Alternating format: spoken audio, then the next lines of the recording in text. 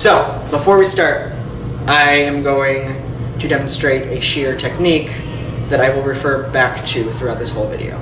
So, other than opening and closing the shear, there's 3 other strokes. So when I'm talking about stroke number 1, I'm talking about just at the fulcrum of the blade. When I'm talking about shear number 2, or stroke number 2, I'm talking about fulcrum to the middle of the blade. And then when I'm talking about stroke number 3, I'm talking about the middle of the blade to the ends, or point cutting, if you will.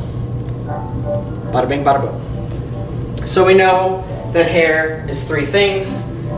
Hair is length, density, and texture. So I have blow-dried or model straight and dry and sleek as she can get, to kind of eliminate the texture part. So now I know that I'm just working with length and density. So I can see that she's got some weight issues. She's super heavy on the bottom and on top, and then I can also see that some of her length does not quite match up, which says to me that last time she had a haircut that was cut wet and not refined dry, which every haircut should be cut dry to refine and really give that nice shape.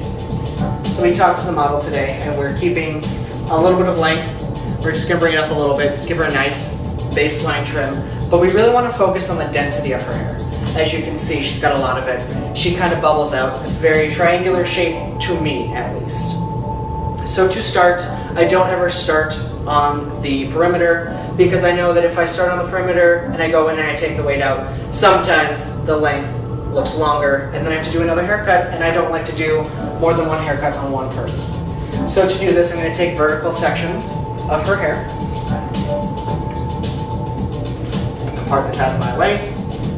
I'm going to take this vertical section, I'm going to hold it out, and what I'm going to do is I'm going to explore what stroke number 1 looks like.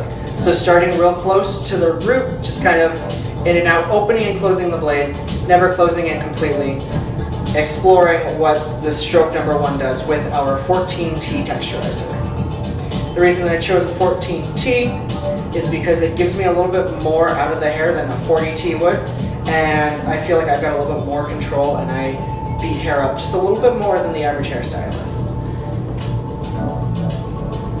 So after I do that all the way up the scalp, I know that taking this weight out first and getting it nice and deep and really seeing what that looks like and really making this an achievable shape for me, I know that this will last her, as opposed to lasting only 8 to 10 weeks, this will last her closer to 10 to 12 weeks, because I'm working from the inside out. And I'm just going back in there because she's still a little heavy for me, knowing that I know where my shear is going, and I know that I don't want to take too much off, but I also want to take enough off. Great, and I'm going to follow this around, just another vertical section.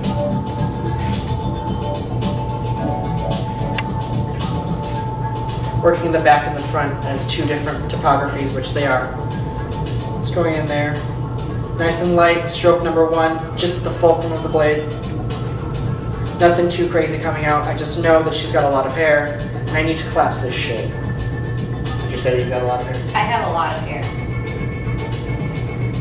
We discussed... I make like 4 wigs. We can make 4 wigs. We discussed that taking some of this weight out, not giving her traditional layers, is going to kind of help with her dry time and really help with any problems that she's having at home.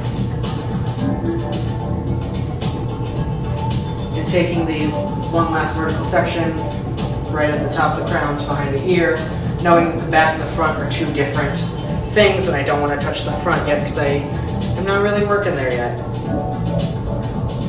Again, stroke number 1, right there at the root when I'm at the bottom, kind of working myself up and following it throughout the entire hair shaft. Knowing that this imitates how hair naturally loses 70 to 100 hair strands per day, on average. This just kind of imitates that and enhances that.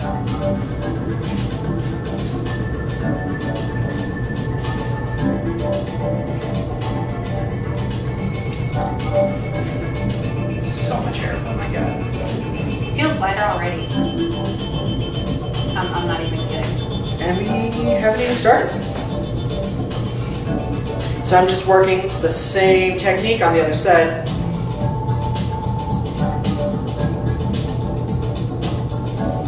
Knowing that because the texture is out of there, knowing that because it's straight, that I can actually see what the hair is going to do in most simple form.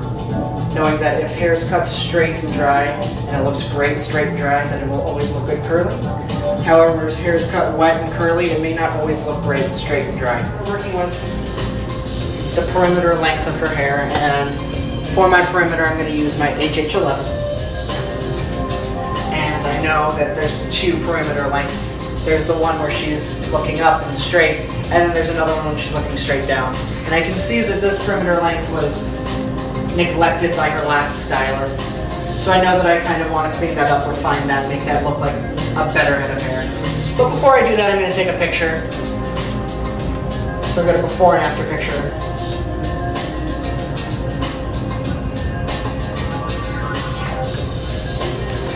Did you get it? Yep, got it. So now what we're going to do is we're going to separate from the top of the crown to behind the ear on both sides, knowing that the back and the front are two different topographies.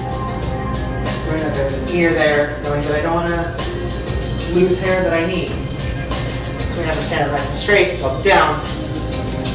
And we're going to work from the inside out. So what that means is I'm going to work from the center to the corner, from the center to the corner, because I like to preserve that corner because I feel like in modern hair cutting, that's something that is needed. So I'm just going to point cut gently, knowing that I'm just going to take the bulk of that weight out and length off first. And then I'm going to go back and refine it a little bit more when there's not so much length on there. I'm just point cutting using that stroke number 3 that we talked about. Knowing that if I make it soft now, I don't have to go back and soften it up. Knowing that I don't want to make a blunt line and soften it up. And knowing I don't want to make a soft line and then strengthen it up. I want to work towards what we want. Again, it's that whole I don't want to do 2 haircuts on one person. And no elevation right on her back. It's kind of working back and forth. Knowing that if I work from the outside in, I'm taking off a little bit more length, but when I work from the inside out, I'm preserving that length in that corner. Always make sure to comb it, see where that hair lies, and you can see that there's still a little bit underneath. This, I feel like, is what separates a great hairstylist from an okay hairstylist. Getting that underneath length is usually what people notice first. That's usually what people think needs cut first. But that's the part that's usually neglected. So it works from the inside out on this side, and do the same thing on this side. I come, here's my guide, just kind of follow it from the inside out.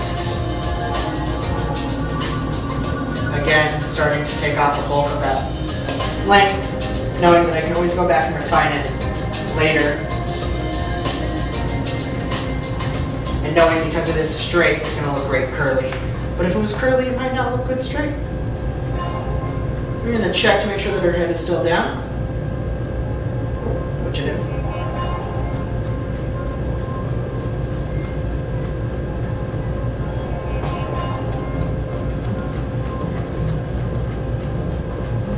As you can see, I'm going back and forth, really making sure to soften up that line, because modern hair cutting is not blunt. It's not 1960s at Sassoon.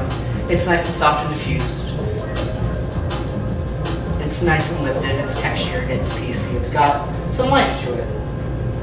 It's not a flat bowl on your head anymore. It's a movable bowl on your head now. Nobody looks good in a bowl cut. I got a bowl cut. Okay, take it back.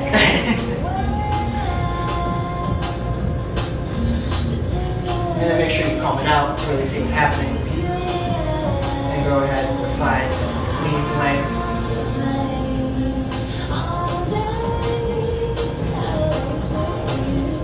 Sorry, I'm holding these. Just No, I just leave the hair out, whatever it is. great, sorry. That's pretty good. I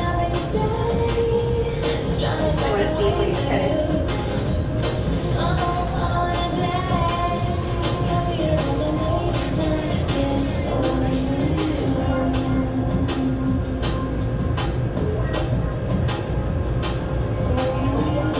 Again, working at that zero elevation, knowing that if it sits right on her back, and that's where it's always going to sit, when her head is down.